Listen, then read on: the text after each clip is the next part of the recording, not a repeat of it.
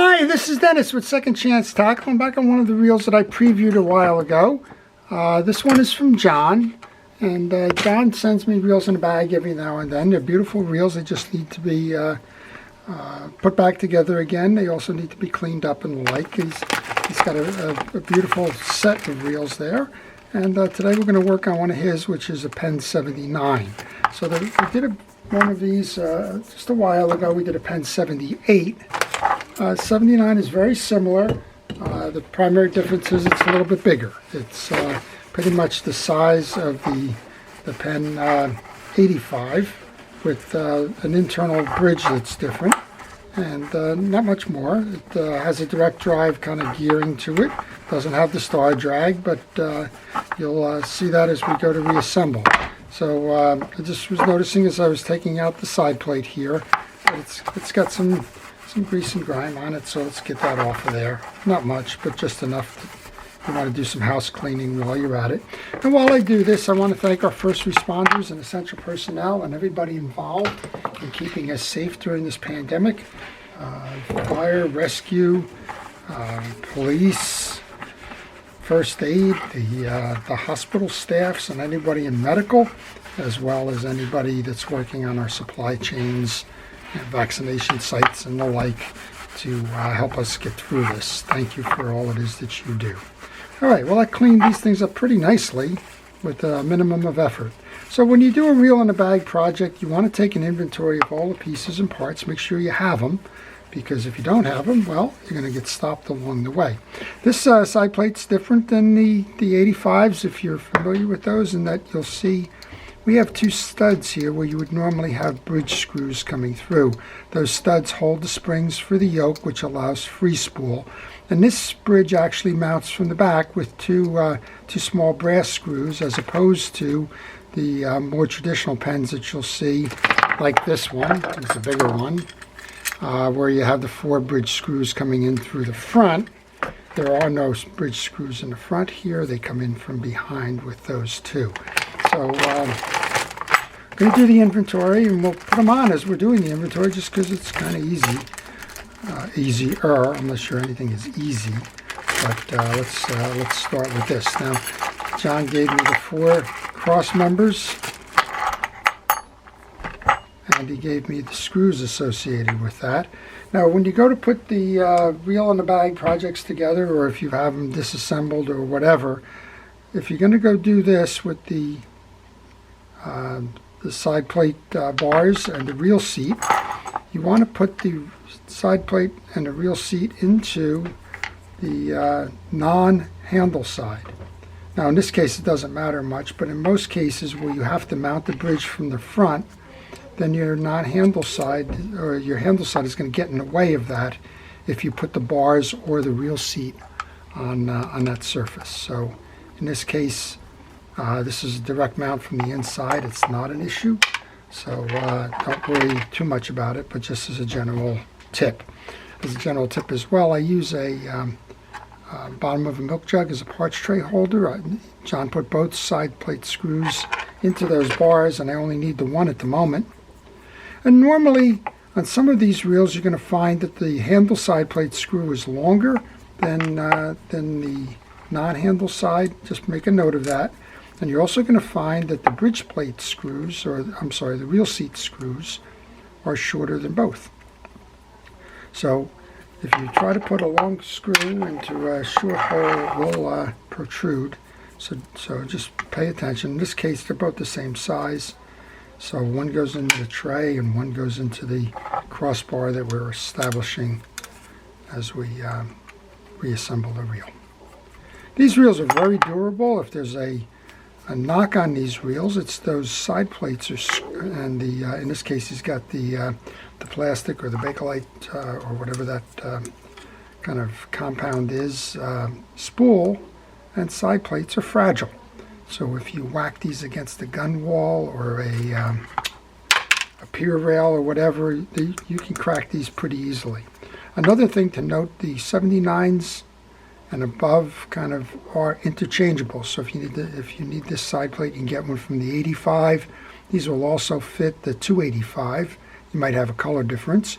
And believe it or not, they can also fit the 60 and the 65s, even though they don't have the chrome ring inside of that. All right, so that got rid of the side plate bars. We still have the real seat. So let's just take an inventory of the rest. Here's that spool I was talking about, and you can actually see it's numbered 85, so this spool will fit the 79 and the 85, and this I believe this spool will also fit the 285. It's plastic. You got to watch that. These rims crack, so just be careful on them when you're doing your maintenance. Here's our gear side now, and here are the pieces that I think should have all the pieces. John's usually very good about that. This is the bridge.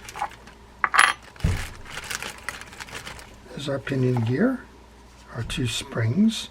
I'm just going to start putting these on. It's kind of easier. I mentioned those 2 studs that belong there, so there's the 2 studs, the springs that go on them. We're going to take our fishing reel grease. I'm using Penn Precision reel grease for this, not because it's a Penn reel, although I guess it kind of makes sense, but because it's a fishing reel grease. And my tip for the day is make sure you use a fishing reel grease when you go to do your reel repair. Folks like to use everything from Vaseline to axle grease and everything else in between, I guess. Fishing reel grease is not that expensive, guy. Get a small container, an ounce or 2, and just use that. And you won't have to worry about the marine properties of it, the viscosities, whether it's too thin or too thick, drying properties, etc. You'll know that it was designed for fishing reels. Go ahead and use it that way. I inserted the pinion gear onto the yoke. I put the yoke onto the bearing. I've centered the 2 holes for the yoke in the over those studs. Now we're going to grab the jack, which is the transition piece between the eccentric lever and the yoke. This is what's going to pull the yoke in and out and enable free spool. You're going to push down on the assembly, make sure that those studs come through, hook the jack over the stud on the eccentric lever, and that's how the top gets assembled. We have a direct drive gear here. We do not have a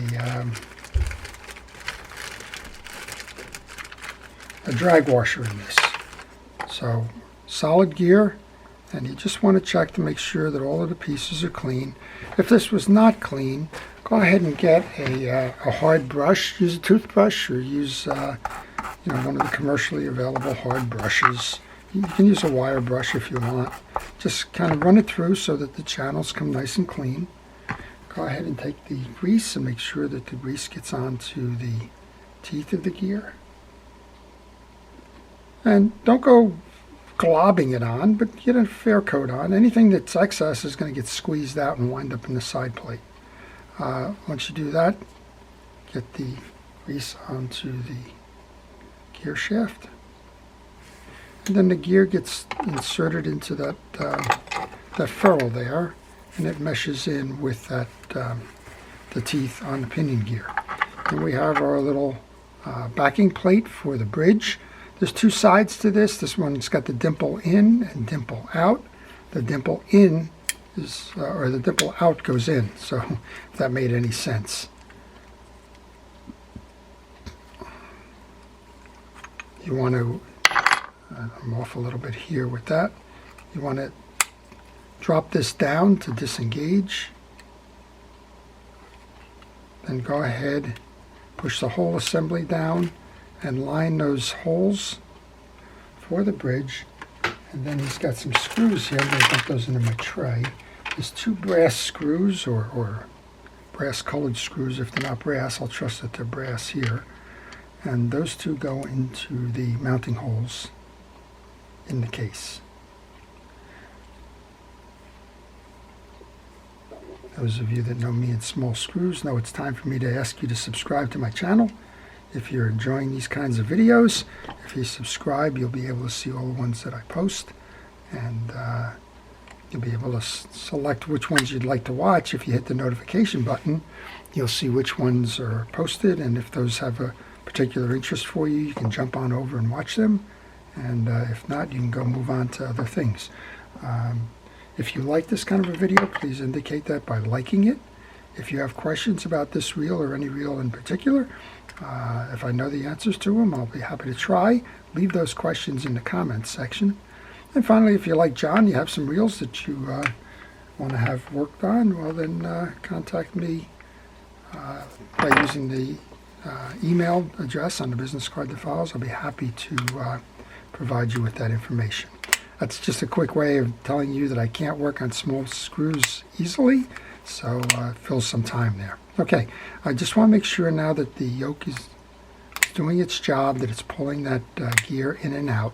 It is. And now we can finish this piece here because the screws were included in that other bag. These are the short screws I was referring to. So there's screws that are shorter.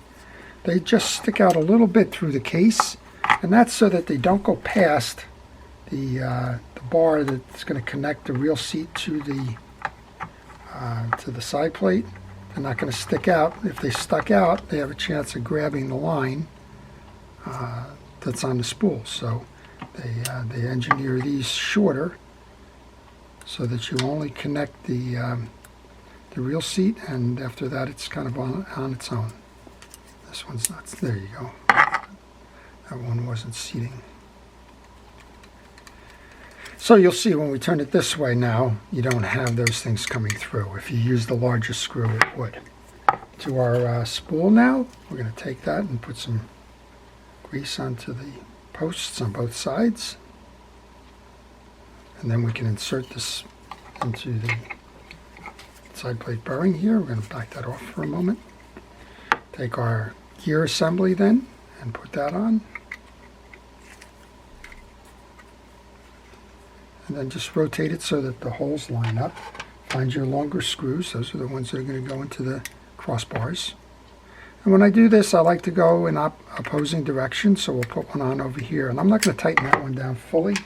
I want to make sure that all the screws mesh nicely and I don't have any kind of torsion onto the reel side plate or the spool.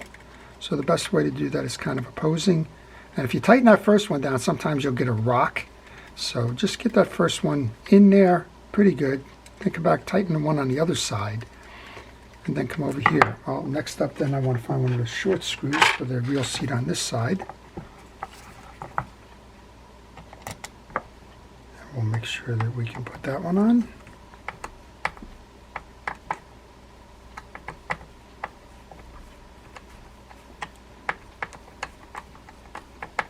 And then we'll come and do the other one.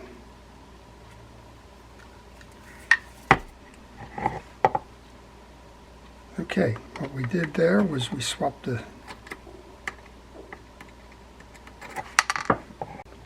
Okay, I had to step away for a moment. I had to get those other screws, the ones that are the right size. And again, it's just fractional of inches, but it's enough that it won't grab if you go the one way, and try to use the shorter ones. There you go. Now we're in.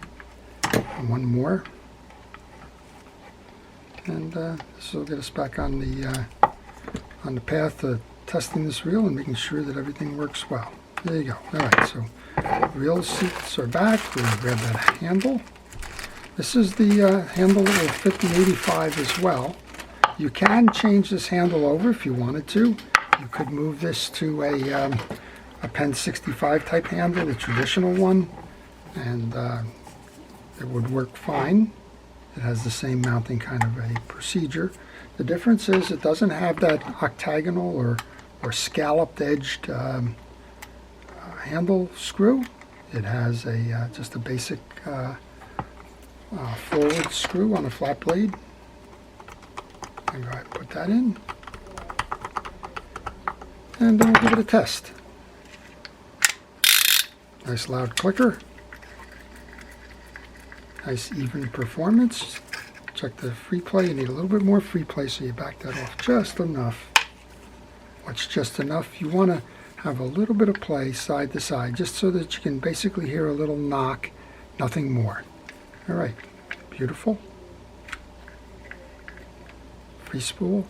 You can see how the spool is turning very nicely.